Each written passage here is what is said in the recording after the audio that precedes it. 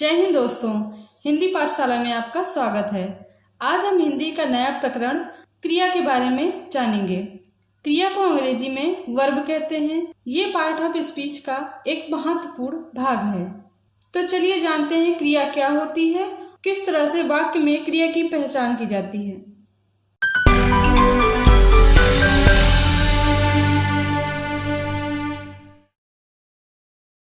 क्रिया की परिभाषा: जिस शब्द से किसी कार्य के होने या करने का बोध होता है वे शब्द क्रिया कहलाते हैं। क्रिया शब्द का अर्थ ही होता है कोई काम, जैसे खाना, पीना, पढ़ना, सोना, रहना, जागना आदि। सीधी बात कही जाए तो धातु के बिना क्रिया की कल्पना नहीं की जा सकती है। क्रिया का मुख्य आधार ही धातु है। धातु में प्रायः न प्रत्यय लगा देने से क्रिया का निर्माण होता है, अर्थात क्रिया के मूल रूप को धातु कहते हैं। धातु से ही क्रियापद का निर्माण होता है, इसीलिए क्रिया के सभी रूपों में धातु उपस्थित होती है। जैसे उदाहरण के लिए जानते हैं चलना। चलना शब्द एक क्रिया है जिसमें चल धातु है, उसके साथ न लगाने पर क्रिया का निर्माण हुआ है। न प्रत्यय की तरह धातु में जुड़ता है। दोस्तों, क्रिया के साथ साथ धातु को पहचानने का एक सरल सूत्र होता है।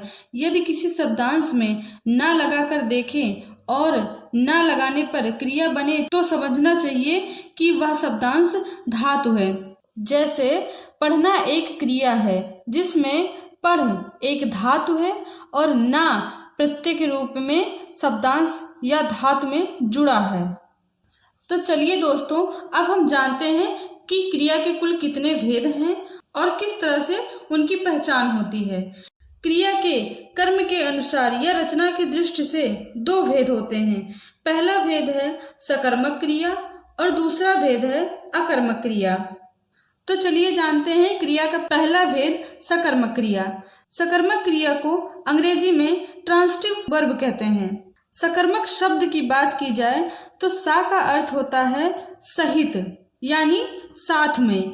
कर्म का मतलब होता है कार्य, अर्थात जिस क्रिया के साथ कर्म हो या कर्म होने की संभावना हो तथा जिस क्रिया का फल कर्म पर पड़ता है वहां पर सकर्मक क्रिया होती है। उदाहरण के लिए जानेंगे राम फल खाता है, सीता गीत गाती है, मोहन किताब पढ़ता है। यहाँ पर हम देखते हैं कि हर उदाहरण में क्या शब्द का उत्तर मिल रहा है। जैसे पहला उदाहरण लेते हैं राम फल खाता है, तो यहाँ पर कोई भी हमसे पूछ सकता है राम क्या खाता है, उसका उत्तर हमें इस वाक्य में मिल रहा है कि राम फल खाता है। दोस्तों, पहले हम क्रिया के दूसरे भेद के बारे में जानेंगे, तब आपको दोनों भेदों में अंतर स्पष्ट हो जाएगा। तो चलिए जानते हैं क्रिया के दूसरे भेद के बारे में। अकर्मक क्रिया। अकर्मक क्रिया को अंग्रेजी में इंट्रांसिटिव वर्ब कहते हैं। अकर्मक क्रिया में आ वर्ण नकारात्मक शब्द है जो नहीं का मतलब बताता है, अर्थात कर्म के साथ नहीं। परिभाषा जानते हैं इसकी।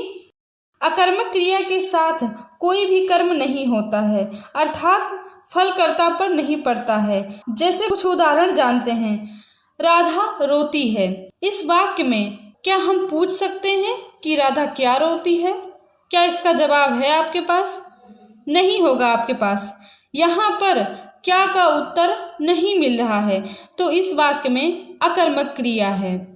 कुछ और उदाहरण जानते हैं राम हंसता है। राम क्या हंसता है, क्या आप हमको बताएंगे? तो यहाँ पर फल सीधे कर्ता पर पड़ता है। ऐसे वाक्य देखकर आप पहचान सकते हैं कि यह अकर्मक क्रिया के अंतर्गत आते हैं। पहले आप क्या शब्द का उत्तर प्राप्त करें। अगर क्या शब्द का उत्तर मिल रहा है तो वाक्य सकर्मक क्रिया है। जैसे वह पुस्तक पढ़ता है, वह क्या पढ़ता है? वह पुस्तक पढ़ता है। और अगर वाक्य में क्या शब्द का उत्तर नहीं प्राप्त होता है, जैसे वह आकाश में उड़ता है, तो वह आकाश में क्या उड़ता है? इसका उत्तर आपको नहीं मिल रहा है, तो यहाँ पे अकर्मक क्रिया है। अगर अभी भी आपको इसमें कोई भी परेशानी आ रही है तो आप हमको कमेंट करें, हम आपकी परेशानी को दूर करेंगे। विभिन्न प्रतियोगी परीक्षाओं में क्रिया से संबंधित वाक्य पूछे जाते हैं, जिसमें हमें सकर्मक और अकर्मक क्रिया की पहचान करनी होती है। कुछ वाक्य दे दिए जाएंगे और पूछा जाएगा इन वाक्यों में से कौन सा वाक्य सकर्मक क्रिया का वाक्य है। इसको पहचानने के लिए पहले आप वाक्यों में क्या का उत्तर जरूर ढूंढें। दोस्तों, इतना बताने के बाद भी हम आपको पहचान करना सिखा रहे हैं। इस पूरे वाक्य को देखें, इसमें लिखा हुआ है सकर्मक और अकर्मक क्रिया की पहचान क्या और किसको प्रश्न प्राप्त करने से होती है। यदि दोनों का उत्तर मिले तो समझना चाहिए क्रिया सकर्मक है और यदि ना मिले तो क्रिया अकर्मक है। जैसे राम फल खाता है, प्रश्न करने पर राम क्या खाता है, उत्तर मिलेगा फल, अतः खाना क्रिया सकर्मक है। दूसरा उदाहरण है बालक रोता है, प्रश्न करने पर बालक क्या रोता है, कोई उत्तर नहीं मिलता। बालक किसको रोता है, कोई उत्तर नहीं मिलता, अतः बालक का रोना अकर्मक क्रिया है। दोस्तों, क्रिया के इन दो महत्वपूर्ण भेदों के अलावा भी कुछ अन्य भेद भी हैं।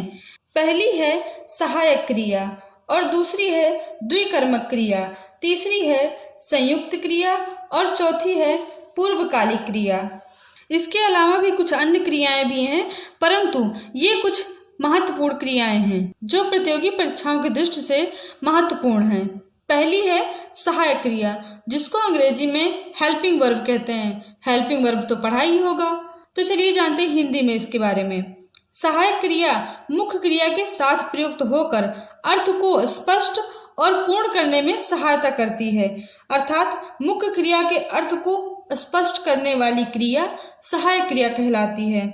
जैसे हूँ, रहे थे, था, थी आदि शब्द सहायक क्रिया हैं। अब अंग्रेजी में तो पढ़ा ही होगा, इज, एम, आर, वाज, वर, यही सब हेल्पिंग वर्ब हैं। दूसरी है द्विकर्मक क्रिया, अर्थात दो कर्मों वाली क्रिया द्विकर्मक क्रिया कहलाती है। पहले हम जानते हैं एक कर्म वाला वाक्य। एक कर्म वाला वाक्य है वह पढ़ता है, इसमें एक ही कर्म हो रहा है। अब हम जानते हैं द्विकर्मक वाक्य, वह राम को पढ़ाता है। इस वाक्य में दो काम हो रहे हैं, एक व्यक्ति पढ़ा रहा है और दूसरा व्यक्ति पढ़ रहा है, तो इस वाक्य में द्विकर्मक क्रिया होगी। एक और उदाहरण जानेंगे। श्याम ने राम को थप्पड़ मार दिया। यहाँ पे दो लोग मिलकर दो कार्य कर रहे हैं। जैसे श्याम ने अपने हाथ से राम के गाल पर थप्पड़ मारा। तीसरा प्रकार है संयुक्त क्रिया। दो धातुओं के योग से बनने वाली क्रिया को संयुक्त क्रिया कहते हैं। जैसे वह खाने लगा, यहाँ पे खाने और लगा दोनों ही क्रियाएं हैं जो मिलकर वाक्य को पूरा कर रही हैं।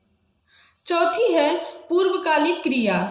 जब एक क्रिया समाप्त होकर दूसरी क्रिया शुरू हो जाती है तो समाप्त हुई क्रिया पूर्वकालिक क्रिया कहलाती है।